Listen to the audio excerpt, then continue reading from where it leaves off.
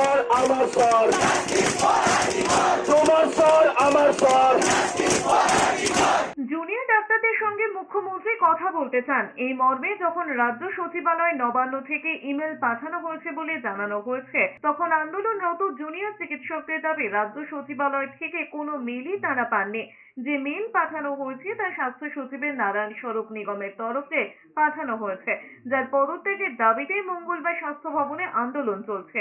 এমনকি তাদের দাবি এই মেল চূড়ান্ত অসংবেদনশীল মেলে স্যার বলে অ্যাড্রেস করা হয়েছে, অথচ তাদের এই আন্দোলনে পুরুষ মহিলা নির্বিশেষে সবার স্বতঃস্ফূর্ত ভূমিকা রয়েছে।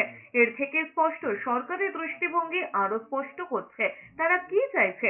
ভবিষ্যতে মেল পাঠালে সেদিকটি নজরে রাখা হয়, তার জুনিয়র চিকিৎসকদের তরফে কড়া ভাষায় তাও জানিয়ে দেওয়া হয়েছে। জুনিয়র ডাক্তাররা জানিয়েছেন সরকারের মেলে কোনো সদর্থক বার্তা নেই, আলোচনার দরজা সবসময় খোলা রয়েছে, তবে স্বাস্থ্য সচিবের তরফে যে মেল পাঠানো হয়েছে তা অপমানজনক। হেলথ সেক্রেটারির মেল থেকে এই যে মেল এলো, এটাকে কোনো সদর্থক বার্তা হিসেবে আমরা একদমই দেখছি না।